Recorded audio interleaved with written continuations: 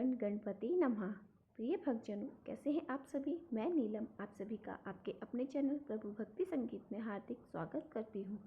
माघ महीने में पड़ने वाली संकष्टी चतुर्थी के व्रत को सकट चौथ के नाम से जाना जाता है। सकट चौथ के व्रत में विघ्नहर्ता भगवान गणेश जी की और सकट माता की विधि विधान से पूजा की जाती है। धार्मिक मान्यता के अनुसार सकट माता और विघ्नहर्ता भगवान गणेश जी की पूजा करने से संतान की रक्षा होती है। निसंतानों को संतान सुख प्राप्त होता है और जीवन के सभी संकट दूर हो जाते हैं। सकट चौथ के दिन चंद्र देवता की पूजा और उन्हें अर्घ दिया जाता है। इस व्रत को संतान की लंबी उम्र के लिए विशेष माना जाता है और पूजा करते समय दूर्वा, शम पत्र, बेलपत्र, गुड़ और तिल के लड्डू विघ्नहर्ता गणेश जी को अर्पित किए जाते हैं। संतान के जीवन के सभी प्रकार की विघ्न बाधाओं को हरने के लिए सभी माताओं को इस व्रत को अवश्य करना चाहिए। इस व्रत में भगवान गणेश को तिल और लड्डुओं का भोग लगाना चाहिए। तो आपको बताते हैं सकट चौथ का व्रत कब रहेगा, किस तरह से चंद्र देवता को अर्घ देंगे और किस दिन किस किस बातों का ध्यान रखा जाता है। सबसे पहले जानते हैं चंद्रमा को अर्घ देने की विधि के बारे में। तो रात के समय चंद्र देवता को अर्घ देने के लिए अगर हो सके तो चांदी के पात्र में, नहीं तो तांबे के लोटे में जल भर कर रखें। यदि आपके पास चांदी का कोई भी गहना हो, चांदी का सिक्का हो, पायल हो, अंगूठी हो, कुछ भी हो, तो आप जल के लोटे में डाल सकते हैं। चंद्र देवता की पूजा में सफ़ेद रंग की वस्तु का, पूजन सामग्री का अधिक से अधिक प्रयोग करना चाहिए। तो जल के लोटे में आप अक्षत और सफ़ेद पुष्प डालकर चंद्र देवता को अर्घ दें। चंद्र देवता को अर्घ देने से मन में आ रहे हर तरह के नकारात्मक विचार या दुर्भावना दूर हो जाती है। स्वास्थ्य को और खास तौर पर मन को लाभ मिलता है। मन आपका सही दिशा में जाता है, मानसिक तनाव दूर होते हैं। चंद्रमा को अर्घ देने से कुंडली में चंद्र की स्थिति भी मजबूत होती है। अर्घ देने के बाद जो चांदी की अंगूठी या जो भी आपने चांदी का गहना उसमें डाला था, आप चाहें जो लोटे में डाल सकते हैं। उसको आप अर्घ देते समय एक बात का ध्यान रखें कि जल के छींटे जब डालें तो वो आपके पैरों पे देने वाली जगह पर इसके लिए खाली पात्र या कोई भी गमला रख सकते हैं और अर्घ देने के बाद उस सिक्के इसमें से जो गहना जो भी इसमें गिरा उसको आप हटा सकते हैं और फिर से आप उसे प्रयोग कर सकते हैं। व्रती महिलाएं जो होती हैं उस दिन भूल कर भी काले रंग के वस्त्र ना पहने। काले रंग के वस्त्र पहन के पूजा करना शुभ नहीं माना जाता। भगवान गणेश जी को केतकी के फूल नहीं चढ़ाने चाहिए। लाल फूल, दुर्वा, लड्डू, मोदक, पान, सुपारी, इलायची और तिल के लड्डू, इनका भोगा भगवान को अवश्य अर्पित करें और पूजन सामग्री गणेश जी को अर्पित करें। इसी के बाद आपको गणेश चतुर्थी के बारे में बताते हैं उसका मुहूर्त क्या है।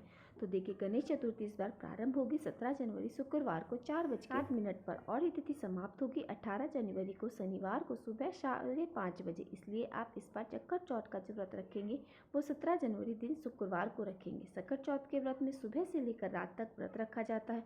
रात के समय भगवान गणेश को तिल, गुड़, मोदक, मूंगफली आदि का भोग लगाकर प्रसाद रूप में ग्रहण किया जाता है। अब बात करते हैं 17 जनवरी शुक्रवार को सूर्योदय जो होगा वो होगा 7:14 पर, सूर्यास्त होगा 5:58 पे और ब्रह्म मुहूर्त का समय जो है वो है 5:37 से लेकर 6:23 तक रहेगा। उसके बाद में इस बार आपको सकट चौथ के दिन सर्वार्थ सिद्धि योग भी बन रहा है जिसमें सौभाग्य योग पूरे दिन रहेगा और इसके बाद में मध्य रात्रि पर 12:57 पर समाप्त होगा। इसके बाद में शोभन योग जो प्रारंभ होगा वो होगा अमृत काल में सुबह 10:11 से लेकर 11:53 तक। अब बात करते हैं राहु काल की। तो राहु काल सुबह 10:30 से लेकर 12 बजे तक रहेगा।